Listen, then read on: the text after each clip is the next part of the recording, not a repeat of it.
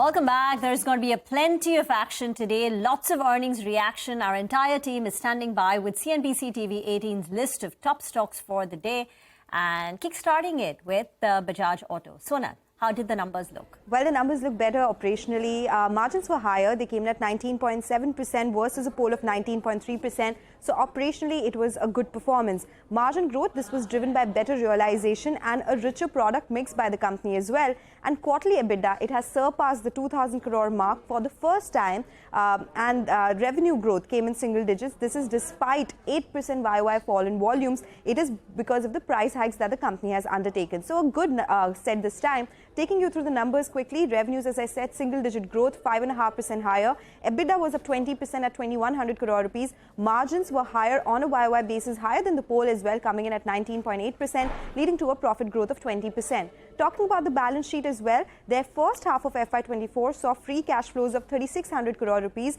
which is up 1.6 times versus first half of last year. And brokerages, they are positive on the stock. Jefferies has a buy rating. They have increased the target price to 6,000 rupees a share. And Morgan Stanley also has an overweight rating. They have a target price of 5,449, giving a thumbs up to the numbers as well.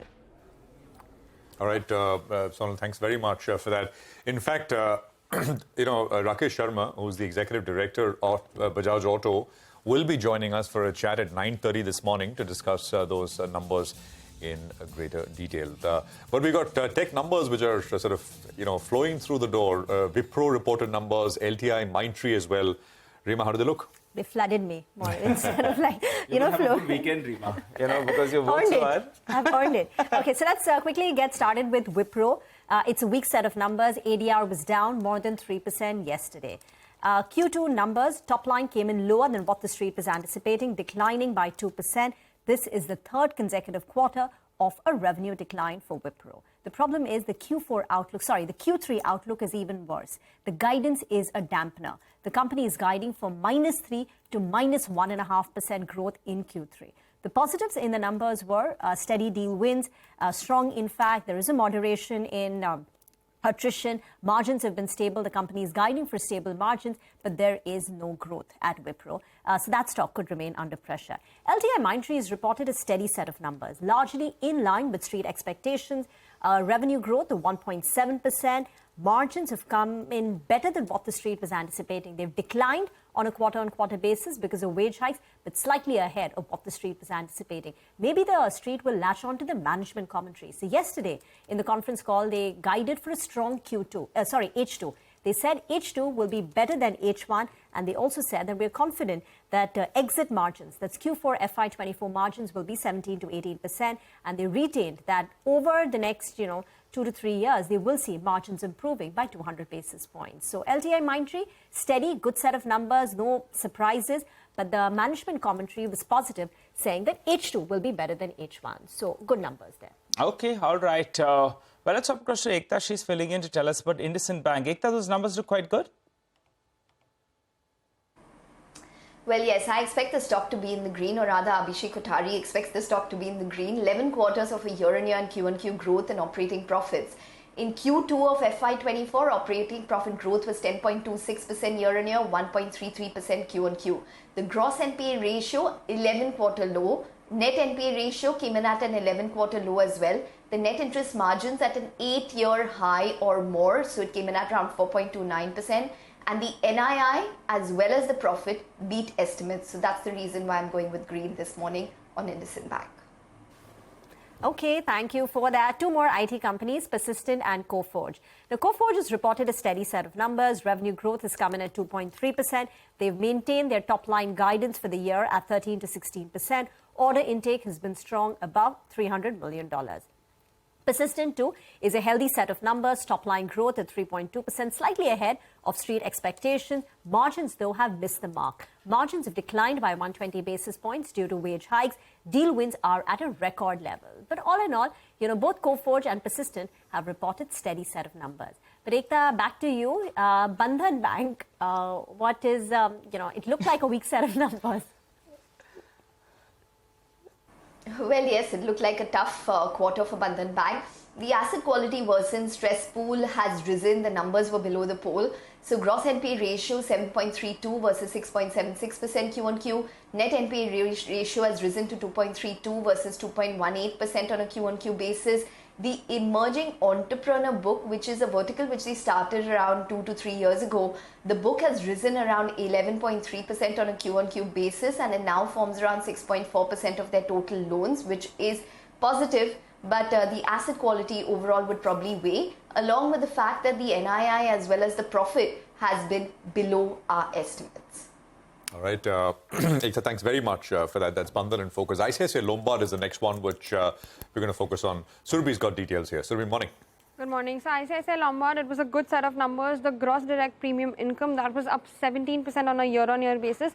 The combined ratio came in at 104 versus 105, and that was lower because the lower loss ratios, especially in the motor book. The expense management ratio was at 28.6%, slightly higher than 28% last year, and that is because of the competition intensity.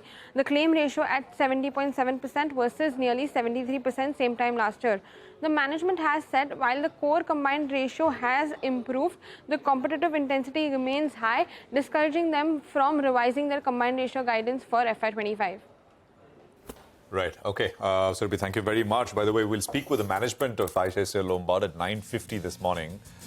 So that's, again, another big conversation you don't want to miss. But Surabhi, back to you. Astral is the other one. Super performer, unlike ICICI Lombard, in terms of the stock price. And the numbers came through. How do they look? The numbers were pretty much in line with our estimates. The revenues were up 16.3%, came in at 1363 crores. The poll was of 1362 crores. They've seen a gross margin improvement of nearly 800 basis points, and that was because they had higher inventory losses same time last year. Margins have come in at 16.1% versus 12.3% same time last year, and the net profits are up 90%. Operationally also very strong. The volumes were up 28%, and EBITDA per kg, that is up 26% on a year-on-year basis. All right. In fact, we'll be speaking to the management of Astral on the quarter numbers at around 9:40 a.m. later today. Well, let's go to Manglam. Manglam, Dabur, negative news coming in. Well, there is, sentiment negative news coming in for Dabur. Overnight, the companies informed the exchanges that there have been litigations against 3 of their subsidiaries in the US and Canada. And consumers have alleged that some of their hair relaxer products have caused, some forms of cancer as well. And for this, there have been approximately 5,400 cases that name Dabur's subsidiaries along with other companies as well. The company on its part says that the allegations are based on unsubstantiated and incomplete study. And the defense costs for litigation are expected to, they will inform the exchanges of these costs if at all they are material in nature itself. However, there are 2 things that stand out. One, that the products that they're talking about don't account for more than half percent of their overall sales. Secondly, this is not new news. This is just an information to the exchanges, because if you look at the company's conference call transcript in the first quarter itself, they've said that a litigation has been filed against 3 of their subsidiaries, and along with them, they've also named the litigation has also the names of companies like L'Oreal, Godrej, Softsheen, Avalon, Revlon. So it's an industry-wide related issue, not a new issue, not very material in terms of their sales, but definitely a sentiment negative. Okay, all right, Manglam, thanks for that. Well, here's a quick recap of all the stocks we just covered. Let's run you through the list with regard to positive news flow. Bajaj Auto, LTIMindtree, IndusInd Bank, Coforge, Persistent Systems, ICICI Lombard, and Astral. Well, stocks with negative news flow include Wipro, Bandhan Bank, and Dabur. Okay, let's move on and talk about commodities. Manisha Gupta joins in for a complete roundup of all the action. Manisha. Well, thank you so much for that. We're looking at the crude oil prices holding close to 2-week highs, off its highs, those, as the U.S. has now issued a 6-month license authorizing transactions in Venezuela energy sector. That would mean more supplies coming in for the global markets.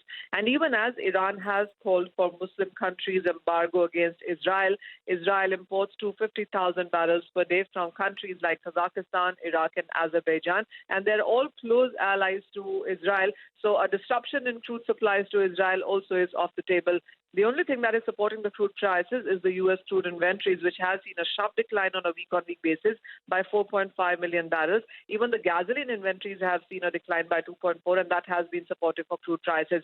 Markets do believe that after 7.5% of gain in the previous week for crude, we are holding nearly 4% on the higher side, and that's perhaps how we'll close the week on the higher side as well. Of course, it is going to be about the U.S. Powell testimony today in the evening. Further direction would come in from that. Thank you very much for that. We'll get into a break. On the other side, we'll invite Dipan Mehta of Elixir Equities and we'll chat about some of these stocks which are on our radar today.